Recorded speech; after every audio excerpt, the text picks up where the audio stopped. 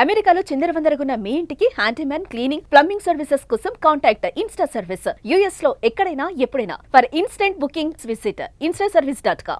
నమస్తే, నేను Keshav. Welcome to Suman TV. అమెరికాలో చదువుకుంటున్న భారతీయ విద్యార్థులకి శుభవార్తగానే చెప్పాల్సిన పరిస్థితి, అలానే శుభవార్తని సూచించేటువంటి అంశాలు కొన్ని కనిపిస్తున్నాయి. ఎందుకంటే వీసాల రద్దు అంటూ క్యాంపస్ నుంచి ఇమీడియట్గా వెకేట్ చేసేటువంటి సిచ్యుయేషన్స్ మారిపోబోతున్నాయి. ట్రంప్ సర్కార్కి అలానే కోర్టులకి మధ్య జరిగినటువంటి వాదోపవాదాల్లో ఒక క్లారిటీ వచ్చింది. ఫైనల్గా ప్రభుత్వం విద్యార్థుల విషయంలో కొంత వెనక్కి తగ్గేటువంటి సంకేతాలు కనిపిస్తున్నాయి. కొంతమందికి వీసాల రద్దు అంటూ సమాచారం ఇచ్చి ఆ తర్వాత వాటిని వెనక్కి తీసుకుంటున్నటువంటి పరిస్థితి ఉంది. దానికి సంబంధించినటువంటి డీటెయిల్స్ కూడా అమెరికా నుంచి అనేక మంది విద్యార్థులు షేర్ చేస్తారు. సో ఈ క్రమంలోనే అసలు అమెరికాలో తాజాగా భారతీయ విద్యార్థుల పరిస్థితి ఎలా ఉంది, ఈ వీసాల రద్దు వ్యవహారం ముగిసినట్టేనా విశ్లేషించేటువంటి ప్రయత్నం చేద్దాం. మనతో పాటు యుఎస్ నుంచి law student Bhumireddy Sai Srinivas Reddy join అవుతున్నారు లైవ్లో. శ్రీనివాస్ గారు నమస్తే. నమస్తే సార్. Thanks lot sir. ఏంటి ఇది, ఇప్పటివరకు ఏమో రద్దు చేస్తున్నారు, పంపించేస్తున్నారు అని భయంగా ఉంది. ఇప్పుడేమో ఈ వార్త రద్దు విషయంలో కొంత వెనక్కి తగ్గారు. ముఖ్యంగా క్యాంపస్లో ఉండేటువంటి వాళ్ళ విషయంలో ట్రంప్ సర్కార్ కొంత కరుణతో వ్యవహరిస్తుంది అంటున్నారు. ఏం జరిగింది సార్? అంటే అదైతే వాస్తవం సార్. నిన్న నైట్ నుండి చాలా మంచి న్యూస్ వింటున్నాము. మీరు మొన్న ఒక 2 రోజుల క్రితం మీరందరికీ మీకు తెలిసింటది, జార్జియా కోర్టు సుమారు 133 మంది స్టూడెంట్స్ ని రీఇన్స్టేట్మెంట్ ఆఫ్ సిటీస్ చేయమని ఆర్డర్ చేసింది. వాళ్ళకు రీఇన్స్టేట్మెంట్ అనేది ప్రాసెస్ నడుస్తూనే ఉన్నది. గత 2 రోజుల నుండి వాళ్ళకు కూడా ఆటోమేటిక్ గా రీఇన్స్టేట్మెంట్ అనేది జరిగింది. కానీ నిన్నటి నుండి ఏమైందంటే, ఎవరెవరు లాసూట్ ఫైల్ చేయకుండా ఉన్నారో, ఎవరెవరు రీఇన్స్టేట్మెంట్ ఆఫ్ సిటీస్ అనేది ఫైల్ చేయకపోయినా కానీ వాళ్ళకు కూడా ఆటోమేటిక్ గా వాళ్ళకి రీఇన్స్టేట్మెంట్ ఆఫ్ సిటీస్ జరిగింది అని వాళ్ళకి మెయిల్స్ వస్తున్నాయి. అంటే ఇది ఒక శుభ పరిణామం చెప్పుకోవాలి. అంటే ఇది ఎందుకు జరుగుతుంది, ఈ ప్యాటర్న్ ఏంటి అనేది ఇంకా మనకి ఎవరికి అర్థం కావట్లేదు. ఓకే, సో అంటే రీజన్స్ తెలియకపోయినా కానీ ఆల్రెడీ ఒక న్యాయ పోరాటం జరుగుతుంది. కొంతమంది విద్యార్థులు అప్రోచ్ అయ్యారు అని చెప్పని ఆ న్యూస్ వచ్చినాయి. దానిపైన రియాక్షన్స్ కూడా వచ్చినాయి. సో వాటి పర్యవసానంగా ప్రభుత్వం కొంత వెనక్కి తగ్గిందని చెప్పి అనుకోవచ్చా? అంటే maybe one of the reason అది కూడా సార్. అంటే ఇక్కడ మీకు కూడా ఒక ఇంట్రెస్టింగ్ సబ్జెక్ట్ అనేది మీకు ఎక్స్ప్లెయిన్ చేయాలనుకుంటున్నాను. మీరు చూసుకుంటారు, ఇక్కడ 50 స్టేట్స్ ఉన్నాయి సార్ యుఎస్ లో. ప్రతి state different kind of judgement ఇవ్వడం జరుగుతుంది. ఇక్కడ ఏమైతుందంటే, జార్జియా కోర్టు సుమారు 133 మంది స్టూడెంట్స్ ని సిటీస్ రీఇన్స్టేట్మెంట్ చేయమని చెప్పింది. కానీ నేనుండే స్టేట్ ఇండియానా కోర్టు ఈ సిరీస్ రీఇన్స్టేట్మెంట్ ఏం అవసరం లేదు, వీళ్ళకేం ఇబ్బంది జరగలేదు, అట్లనే వీళ్ళకు అన్రిపేరబుల్ హార్మ్ అనేది లేదు డిపోటేషన్ గురించి, అందుకు టిఆర్ఓ అనేది గ్రాంట్ చేయకుండా ఆపేసింది. ఎందుకు ఆపేసింది అంటే, సిరీస్ టర్మినేట్ చేసినంత మాత్రాన మీ నాన్ ఇమిగ్రెంట్ స్టేటస్ కి ఏమి ఇబ్బంది ఉండదు అని చెప్తుంది కోర్టు. అంటే 2 కాంట్రడిక్షన్ జడ్జ్మెంట్స్. సో ఆల్రెడీ కొంతమంది స్టూడెంట్స్ ని ఆల్రెడీ డిపోర్ట్ చేసేసారు. పంపించేసినటువంటి స్టూడెంట్స్ భవిష్యత్తు ఏంటి? మళ్ళీ వాళ్ళకి ఏమైనా అవకాశం వస్తుందా వెనక్కి రావడానికి?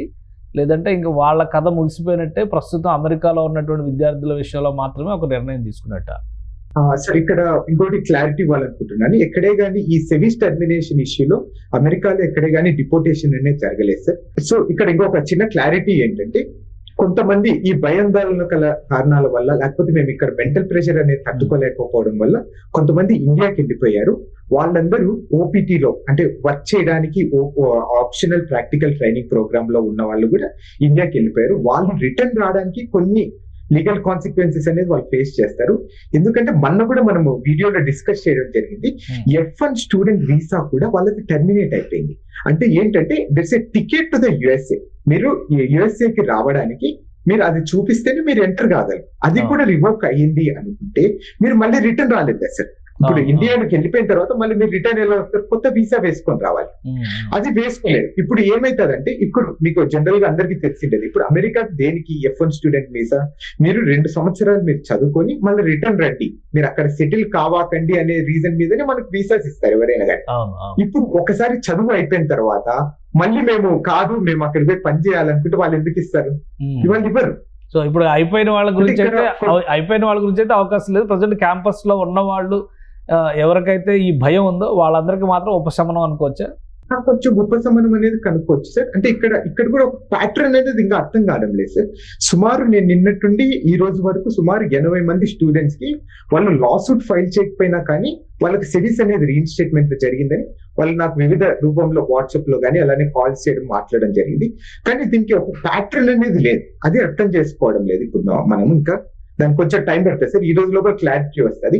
అందరికీ సెబీస్ రీఇన్స్టేట్ చేస్తున్నారా, లేకపోతే కొంతమందికి ఏమైనా కొంతమందిని పిక్ చేసుకుంటున్నారా, లేకపోతే వాళ్ళ మీద కేసులు ఏమైనా డిస్మిస్ అయితే వాళ్ళకి ఒకటి పిక్ చేసుకొని సెబీస్ రీఇన్స్టేట్ చేస్తున్నారా, లేకపోతే చిన్న చిన్న క్రైమ్స్ కి అంటే వైలేషన్ ఆఫ్ కానీ లేకపోతే ఫైన్ కట్టిన వాళ్ళకి రీఇన్స్టేట్ చేస్తున్నారా అనేది మనకి ఈ రోజు లోపల క్లారిటీ వస్తుంది. కాబట్టి ఇప్పుడు ఈ రెస్టోర్ అవడం దానిలో కూడా క్లారిటీ ఇంకా ఏమి రాలేదు, కాకపోతే ఉపశమనం అని మాత్రమే అనుకోవాలి. ఉపశమనం, కొంతమందికి ఉపశమనం అనుకోవాలి సార్. Okay okay. తర్వాత ఇప్పుడు ఓవరాల్ గా ఎలా ఉందండి పరిస్థితి స్టూడెంట్స్ కి సంబంధించి? లాస్ట్ 2-3 వీక్స్ నుంచి అయితే కొంత టఫ్ సిచ్యుయేషన్స్ ఫేస్ చేశారు. సో ఇప్పుడు ఈ కోర్టులు ఇస్తున్నటువంటి జడ్జిమెంట్స్ కానీ కోర్టులు ఇచ్చినటువంటి క్రైటీరియా నేపథ్యంలో ట్రంప్ సర్కార్ కొన్ని విషయాల్లో కొంత మెత్తబడింది అనేటువంటి సంకేతాలు కనిపిస్తున్నాయా? కొంచెము అంటే మెత్తబడినట్టు అనేం లేదు సార్. యూజువల్ గా మెత్తబడినట్టు అని నాకు ఎక్కడ అంటే అదేం లేదు సార్. ఇక్కడ మనం ఆలోచించుకోవాల్సింది ఏంటంటే కోర్ట్స్ చాలా బాగా ఎఫెక్టివ్ గా వర్క్ చేస్తున్నాయి. అవి కూడా కొంచెం గందరగోళంగా కూడా ఉంటాయి సార్ కోర్టు విషయంలో కానీ. అంటే ఇందాక కూడా మనం చెప్పాను, జార్జియా కోర్టు ఒక డెసిషన్ ఇచ్చింది, అట్లనే దాని తర్వాత ఇండియానా కోర్టు ఒక జడ్జిమెంట్ ఇస్తుంది. అట్లనే విత్ ఇన్ ద స్టేట్స్ అంటే ఇప్పుడు ఫర్ ఎగ్జాంపుల్ ఇప్పుడు కాలిఫోర్నియాలోని 4 డిస్ట్రిక్ట్స్ ఉంటాయి సార్. అంటే సదర్న్ డిస్ట్రిక్ట్ కానీ నార్థన్ డిస్ట్రిక్ట్, సెంట్రల్ డిస్ట్రిక్ట్, అవి కూడా డిఫరెంట్ కైండ్స్ ఆఫ్ జడ్జిమెంట్స్ ఇస్తుంది. అట్లనే దాంట్లో ఒకే కోర్టులోని ఒకదానికి ఆర్డర్ ఇస్తుంది, ఒకదానికి పెండింగ్ పెడుతుంది. ఇది కొంచెం దీని గురించి ఇంకా ఎవరికి క్లారిటీ రావడం లేదు సార్. ఓకే. సో ఓవరాల్ గా మీరు ఇక్కడ ఇంకొక చెప్పండి. ఇక్కడ క్లారిటీ ఏంటంటే సార్, ఇక్కడ వెన్యూ షాపింగ్ అనేది నడుస్తుంది సార్. అంటే ఇక్కడ వెన్యూ షాపింగ్ అంటే ఏంటంటే ఎక్కడెక్కడ ఫేవరబుల్ గా ఆర్డర్స్ వస్తున్నాయో స్టూడెంట్స్ అందరూ ఆ కోర్టుకి వెళ్ళిపోతారు. ఓకే, మీకు అర్థమవుతుంది. ఇప్పుడు జార్జియా కోర్టు తెచ్చింది, అందరు ఏం చేస్తారు, ఇండియానా స్టేట్ లో సుమారు నాకు తెలిసినంత వరకు 33 మందికి ఎంతమందికి సెబీస్ టర్మినేట్ అయినట్టు నేను ఒక న్యూస్ ఛానల్ లో చూడడం జరిగింది. వాళ్ళందరూ ఏం చేస్తారు, ఈ 6 మంది కాకుండా మిగతా వాళ్ళని జార్జియా కోర్టు పోయి ఆర్డర్స్ తెచ్చేసుకుంటారు. ఇది ఎవరు చెప్పగలరు అనేది మనం ఆలోచించుకోవాలి. ఈ సెబీస్ రికార్డ్ ఏంటి అసలు, దాని వలన ఈ అకాడమిక్ కెరియర్ లో వచ్చేటువంటి ప్రయోజనాలు ఏంటి? ఇక్కడ సెబీస్ రికార్డ్ అనేది ఏం లేదు, ఇది ఒక సిస్టమ్ సార్. ఇప్పుడు నార్మల్ గా ఇప్పుడు మనకు UDAI అనేది ఆధార్ ని ఎలా వాళ్ళు ఇంటిగ్రేట్ చేసుకుని వాళ్ళు ఒక సిస్టమ్ నడిపిస్తారు, అట్లాంటి సిస్టమ్స్ సెబీస్ అనేది. ఇది SEVP అనే ఒక అథారిటీ కింద ఇదంతా పనిచేస్తుంటాయి సార్. ఈ సెబీస్ అనేది ఏంటంటే అమెరికాకు వచ్చిన తర్వాత నువ్వు చదువుకోవడానికి వచ్చావు కాబట్టి నిన్ను ఒకటి ఓవర్సీ చేయాలి, నిన్ను వాచ్ డాగ్ గా నిన్ను గమనించాలి, నువ్వు ఏం చేస్తున్నావు, నువ్వు ఏమైనా వైలేట్ చేస్తున్నావా, ఈ సెబీస్ F1 student status visa conditions ని నువ్వు ఏమైనా వైలేట్ చేస్తున్నావా అని చూడడానికి ఈ సెబీస్ అనేది ఉంది సార్. దీని కండిషన్స్ ఏంటంటే నువ్వు కరెక్ట్ గా చదువుకుంటున్నావా, కరెక్ట్ గా క్లాసెస్కి వెళ్తున్నావా, నువ్వు ఎన్ని ఆన్లైన్ క్లాసెస్ తీసుకుంటున్నావు, నువ్వేమైనా బయట అన్ఆథరైజ్డ్ గా పని చేస్తున్నావా, లేకపోతే నీకు ఏదైనా జాబ్ వచ్చిందా అని నిన్ను ఈ 3 ఏళ్ళు అంటే నువ్వు ఓపీటీలో కానీ స్టెమ్ ఓపీటీలో కానీ నువ్వు చదువుకున్నప్పుడు నిన్ను చూడడానికి గమనివ్వడానికి పెట్టిండేది ఈ సెబీస్ అనే సిస్టమ్స్. ఇక్కడ నువ్వు ఏది చిన్నది చేసినా కానీ ఓన్లీ సెబీస్ రివోక్ చేయొచ్చు. సో అంటే ఇది ఓన్లీ అకాడమిక్స్ కి కనెక్ట్ అయ్యి ఉంటుందా, లేదంటే పర్సనల్ గా టోటల్ వీళ్ళ బిహేవియర్ అంతా రిఫ్లెక్ట్ అయ్యే విధంగా ఆ ట్రాకింగ్ ఉంటుందా?